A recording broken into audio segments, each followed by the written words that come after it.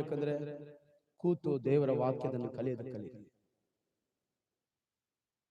ಭಯ ಭಕ್ತಿ ಇರಲಿ, ಆ ದೇವರ ವಾಕ್ಯ ನಿಮ್ಮನ್ನು ಆಶೀರ್ವದಿಸ್ತದೆ. Hallelujah, amen. ಆ ಯೋಸೇಫನ ಜೀವಿತದ ನೋಡ್ತೀವಿ, ಅಷ್ಟೇ ಶೋಧನೆಗಳು, ಅಷ್ಟ ವೇದನೆಗಳು ಬಂದರೂ ಕೂಡ ಅವನನ್ನ ಕರ್ತನೇ ಅಧಿಪತಿಯಾಗಿ ಮಾಡಿಸಿದನು. Amen, hallelujah. ಆದಿಕಾಂಡ 41 ಓದಿ ನೋಡ್ಕೊಳ್ರಿ, 42 ಓದಿ, 43 ಓದಿ, 41ನೇ ಅಧ್ಯಾಯ 41ನೇ ವಾಕ್ಯ, 42ನೇ ವಾಕ್ಯ, 40ನೇ ವಾಕ್ಯ ಬೈಬಲ್ ಹೇಳ್ತದೆ, ನಿನ್ನ ಹಾಗೆ ಬುದ್ಧಿ ವಿವೇಕ ಉಳ್ಳ ಮನುಷ್ಯನು ಯಾರು ಇಲ್ಲ, ನಿನ್ನಲ್ಲಿ ದೇವರ ಆತ್ಮ ಉಂಟಲ್ವಾ, ದೇವರ ಮಹಿಮೆ ನಿನ್ನಲ್ಲಿ ಇದೆಯಲ್ಲ, ನಿನ್ನಲ್ಲಿ ಮಾತ್ರ ಇದೆ. ಎಷ್ಟು ಜನ ಸಂತೋಷವಾಗಿದ್ದೀರಾ?